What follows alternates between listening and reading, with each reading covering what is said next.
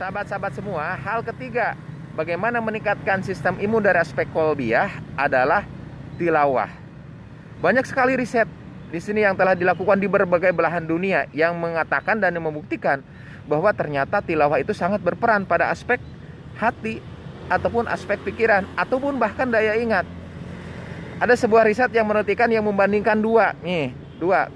Satu disuruh membaca buku cerita yang paling dia senangi, dan yang satu diberi bagaimana dia harus membaca Al-Quran.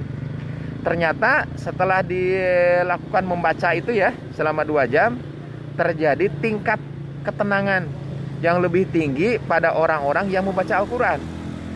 Kemudian juga Al-Quran ternyata berpengaruh, baik orangnya ngerti ataupun tidak. Penelitian yang bagus dilakukan di ICU ya oleh para perawat. Ternyata hasilnya apa coba? Bagi mereka yang diperdengarkan murotal Al-Quran pada orang-orang yang tidak sadar, ternyata bisa meningkatkan perbaikan tanda-tanda vital. Dan banyak lagi penelitian-penelitian yang lain. Penelitian yang mungkin yang pernah saya ungkapkan adalah ternyata dengan banyaknya mendengarkan Al-Quran bisa meningkatkan kadar gelombang alfa yang ada di dalam otak.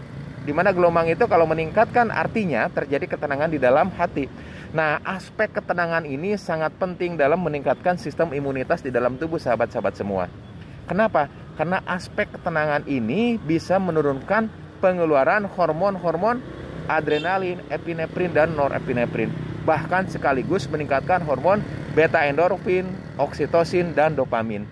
Nah, ternyata hormon-hormon ini bisa mereduksi kadar stres. Ketika kadar stres direduksi, maka yang disebut dengan HPA, hipotalamus pituitary axis, yang mempengaruhi terhadap penurunan sistem imunitas ini akan direduksi.